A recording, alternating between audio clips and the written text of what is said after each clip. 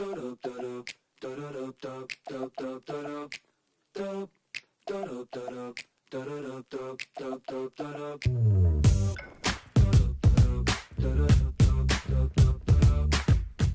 there we go. What is the hardest thing you find about parenting? Patience. Time and patience. Yeah. I think my reason for patience is because it's like sometimes some of the disciplinary things that you do, you question what the implications are down the line. So you have to be patient to watch every little thing that you're doing, your tone. You have to be patient with when you want to go ahead and discipline and when you want to be passive and just, be loving.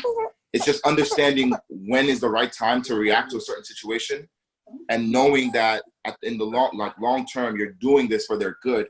So you may be frustrated and have this like anger of like, why are you not listening? But then you have to be patient and understand that this is somebody who's completely a blank canvas and you're taking the brush and you're painting things along. And it's not just you painting, it's you painting, it's your partner painting, it's the environment painting, it's the things you put on TV, it's the things you put on the YouTube. They're all painting something on the blank canvas. Yeah. And there are things that get on there that you don't want on there. And it's not as easy as just wiping it off. It takes a lot of time and you have to little by little just paint over it. Having that patience to do so, I think is just one of the hardest things that I think because you think people say that they have these books of what to do as a parent and so on and so forth, but every child is different, every parent is different, every personality is different, and you don't really catch on to what your kid's about until they get to the age where they can respond back to you. Right. Yeah. But when they can respond back to you and actually voice some of their concerns and some of their problems and things that they're going through, you're really just playing things off of a guess, off of a wah, off of a right. guessing. That's so it's kind of hard to really have your foot set in the sand and really say like I get what I'm doing. But patience is for me like literally the hardest thing. Like having the patience to potty train, the patience to set the time when they sleep, the patience to get them to sit down in one spot to actually eat their food, the patience to get them to eat the food that you're trying to get them to eat. You're preaching to the choir right now. It's like you want to do the easy thing and just give them the stuff that you know that they like, but then you want to introduce new nutritional things to their diet, and they're not going to like it at first. They're going to hate it. So then you need to find creative ways to get them to enjoy, to get them to want something. So it's all of those things like together that just make patience probably the hardest thing in my opinion. And in that, the time, there's so much time that goes by practicing, so it messes with the balance. So for me, that's why I say time and patience. Yes. Awesome. So since you guys always wanted kids, was there like a thought in your head on the kind of parents that you would be when you were gonna have kids versus how it actually turned out? Yeah. Do you feel like you want to kill it? Definitely. I thought that I would be the fun go mommy, and I'm actually the disciplinarian, and he's the fun dad. I think I'm a very balanced parent. I think she sees things from just you have to do it this way, and I see things from no, sweetie, it's okay, but you can't do it. I'm disciplining, but then I'm being extremely sweet and I'm playful. I think the type of parent that I had in my head is exactly the parent that I would be, only because I grew up in a very strict, religious, Seventh-day Adventist, old school Haitian background and household, where it was like, well, are you guys are Haitian? Yeah. Well, okay. Oh, you're Haitian. All right. So we would have service at 6 heures du matin. Like we would wake up in the morning at 6 o'clock and have some type of prayer service. That was my house. That was my house. Right. And then every night. Morning and night. Morning and night. Every night. And they had like the same. He had like his family was actually more strict than mine was. Yeah. Oh wow. Same here. Religion goes. So he definitely had it harder as far as that part than I did. But I understand exactly what you mean. Because my mom would try to trickle it in every now and then. Right. Yeah. Like my household was like fearing God literally meant fear. That's right. Like my household was like, oh no, fear God doesn't mean respect. Fear God doesn't mean fear. Like if you go outside and you do something that I don't like, oh, God's gonna strike you down. Strike you. Fire and brimstone. Fire and brimstone. oh, you think you're gonna lie? Oh, you can lie to me. That's fine. God's gonna strike you down the second you lie. Right. So I'd walk around like, oh no, I can't do it. I did this. Right. Disaster averted. I live another day. So that I knew I didn't want to have that type of fear. Like, I didn't want to have my child live in that kind of fear, because I think the world is more colorful. Yeah. I think the world is more colorful than the strict black and white world that my parents kind of painted. And I think the Bible is so left into interpretation that there are things that you can take, and your old school parents, based off culture, I think culture plays a huge part in how you discipline your children. So my parents, with the old school Haitian culture, they looked at everything as very, very black and white. There's no other way to understand this text than the way that I just told you. That's and right. It's like not true, because context plays a very large role, and culture plays a very large role in how you understand text. Yeah. So I knew I didn't want to live in such a black and white world as a parent when it comes to my children. And then being Haitian, there's only engineer, doctor, nurse, everything. Every other profession doesn't pay the bills. It doesn't make any sense. Why are you getting involved? Why would you do it? Right. But I didn't want that. Time? Right. I didn't want that for my kids, because I think the world today, there's just so much money to be made out there, and you can start so early on. And I think we're seeing that with all of the YouTube kids who are like making money playing with toys while your kids watch them play with toys. So it's like I literally just had to talk with my kids about, like, no, we have to do something. Think of something that you like to do, and we're gonna find a way to elevate that. So like Hannah now, she's into like lip gloss and stuff like that. So I'm like, okay, think of the flavors and the colors and stuff like that, and we need to make it actually become a reality for our kids. And like break this cycle of us just sitting there watching everybody else elevate, and we're just here. Right. So that's definitely, I agree 100%. If I can tie one thing in, and I'm probably going off course, but when the Bible talks about breaking generational curses, I think this is one of the curses that we need to try to break as millennials and Gen Z that are coming up. I think this is poverty is a generational curse that we need to break. And our parents did a great job of bringing us to this country and creating the opportunity for us to be here. And the next step to that now is for us to create entrepreneurs out of our children. And take advantage of it. And for them to be able to create wealth for themselves and for the future generations to come. But it's our responsibility to set them up. Absolutely. Because the tools are at our disposal, and they understand the technology way quicker and way better than we do. Absolutely. So if we take advantage of knowing that the times that we're in today, and capitalizing on, I don't want to say capitalizing on our children, but capitalizing on opportunity when opportunity presents itself, I think we then have a better chance to be better parents, because now, just like their white counterparts, they have a choice if they want to go and do the family route, if they want to go and do the education route and be nurses and doctors, or if they want to go the entrepreneur route and start their own small business.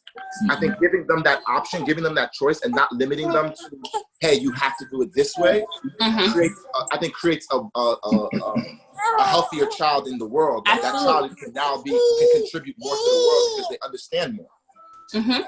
Absolutely, 100%. No, I think especially you made a great point. I think we end up following the same path, as in, we came from a strict sense where my parents would say this is that, and there was no explanation on why. Right. So when things started to happen that you would say that we were my siblings were rebellious because we stopped folling what you said. We always questioned. We always asked the questions, and any type of question is you're being disrespectful. Exactly. You think you're grown. Right. So having that, going that route and opening up for our kids and explaining, hey, we prefer you not to do that because this can happen. This is the option, kind of thing. So definitely really, appreciate that approach and how we're trying to raise our kids. Right. So following that question, the next question actually fits perfectly. Is there anything, as like when you were growing up, was there anything that you think that our kids would be missing out on? Like anything, like from when you was a kid, something that you was like, oh wow, that, like when you look back, you're like, oh, that was amazing, but my kids won't really ever experience that. Is there anything that you have? I got a laundry list. Playing outside together. I mean, now we're in the middle of a pandemic. The whole block, yeah. So, it's isolation for everyone. But, I do miss the sense of togetherness that we had. Like the community. Yes.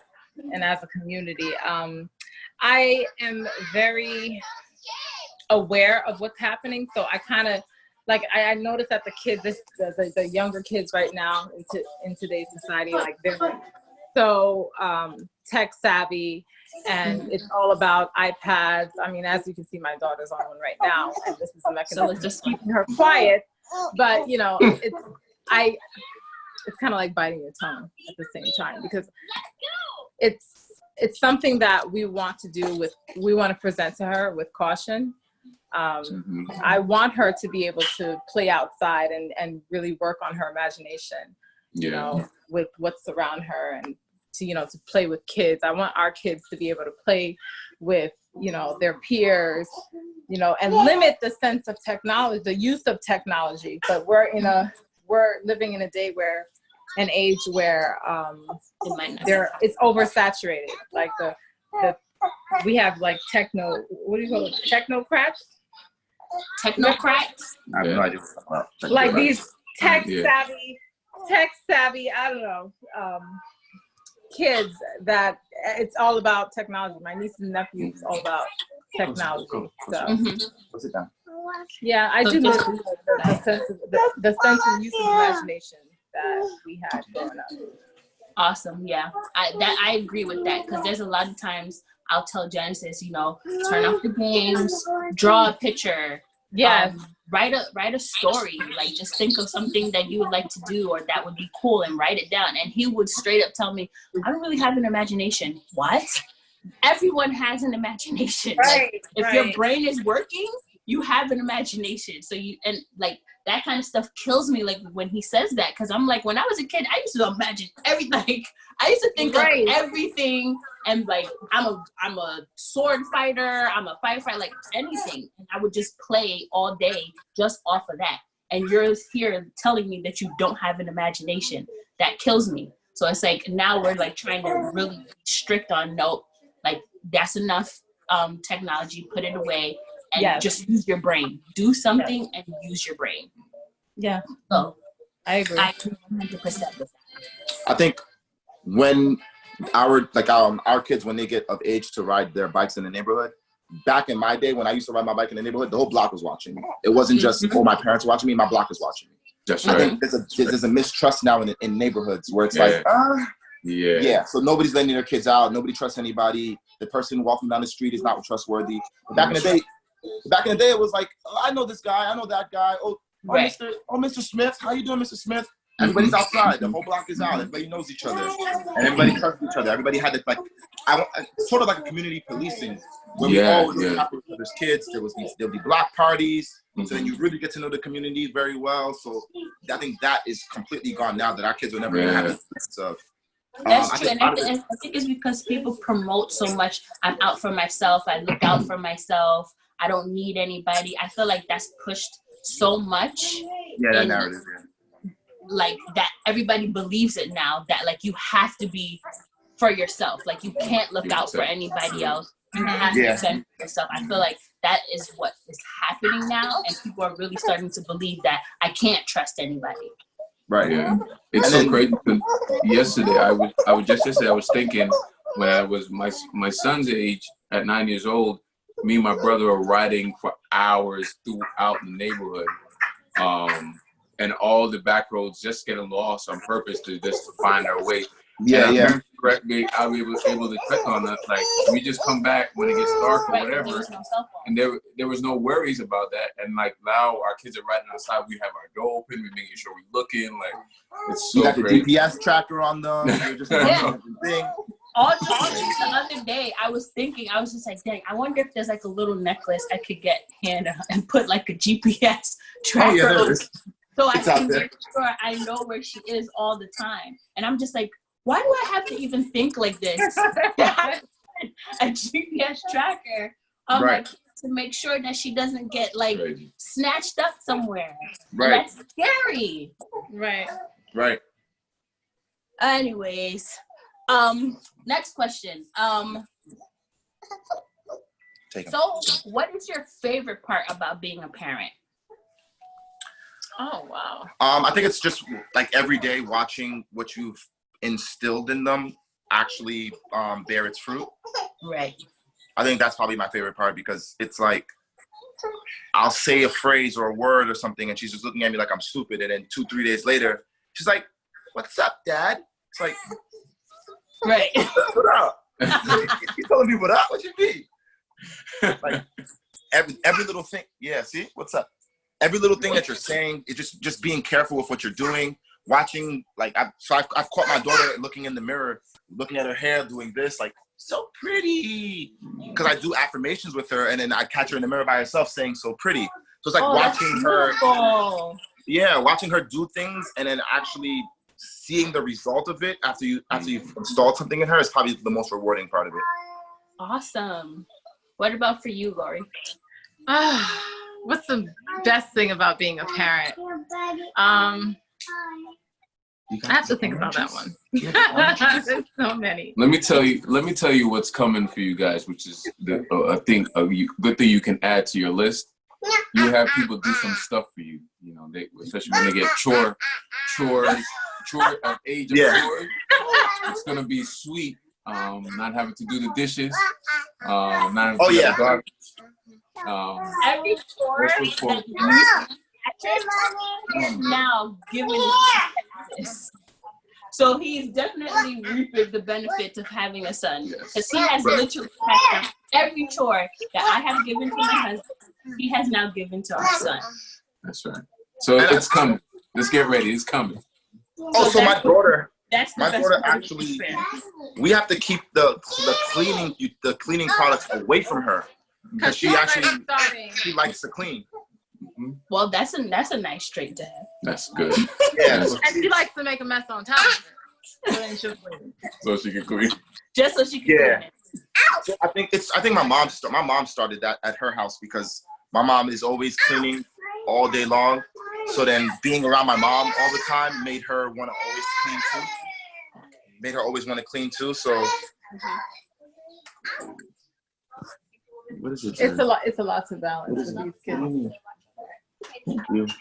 No, we understand. It's a lot to balance. Yes, and we're very happy you guys take the time out to sit with us and record some time. We know, trust me, we know it's hard. Us making videos is extremely hard, so we understand. Yes. But yeah, we thank you guys for.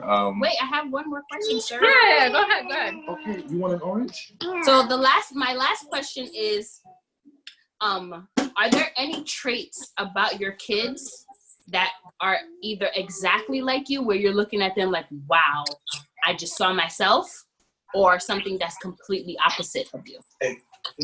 Well, the kids are noticed. If anything, it would be in Zuri. Yes. I like Sadi said with the affirmation, the daily affirmations, like, oh, she says, oh, I'm pretty, or if I have a tendency of, all right, checking in the mirror. Am I right today? And maybe she picks up on that as well, and then that's the energy that she gives out. Nazir is a little too young. Yeah, he's still a baby. For me to see anything like that. For us to see anything like that. But if anything, it'd be more so in Zuri. Like she definitely has a lot of personality. Like I like to clean a lot. I'm a neat freak. So see, but all the things that Laurie's saying is more like her. I kind of think my daughter really like my mom, honestly. But you always said that I'm similar to your mother in ways. Yeah. Zuri is very bossy. She is queen kingpin in the house. You can't tell her what to do. Who she get? That's my mother. Okay. That's my mother, 100%. She's on top of everything. No, that's my mom. I'm just letting you know. Like, that's my mom. My mom is... Zuri's like my mother, in all honesty. There's no telling her anything. She's very... Once she has her mind made up about something, very one-track minded. Zuri's very locked in on whatever her opinions are. Okay. If I think that makes my. Well, that's good. No, you know you have a leader. You won't have to worry about her doing things just because her friends are doing it. I'm actually worried Zuri might be a bully because when she comes around other kids, she's telling them what to do. She's telling kids what to do. She's sit not. Down. Right. Sit down. Come on. Let's go. Come here, baby. And then the child's like 3 years old. Right? Or 2 years older than her. I'm like, she's telling kids. You are. She's telling kids, don't make a mess. She's like, don't make a mess, okay? Okay? Be careful, okay? Like, little girl, you're the one making a mess too. Dude. Okay, so they had enough. As you can see, our little one is going crazy. I see Nazir is getting antsy. Yeah, Naz is getting antsy. We thank you so much. Thank you so much for not a problem with us. All right, guys, that was part 2. If you missed part 1, go ahead and check it out. I hope you guys enjoyed, and you enjoyed seeing our interaction with our kids and a sneak peek of how difficult it can be making videos with them.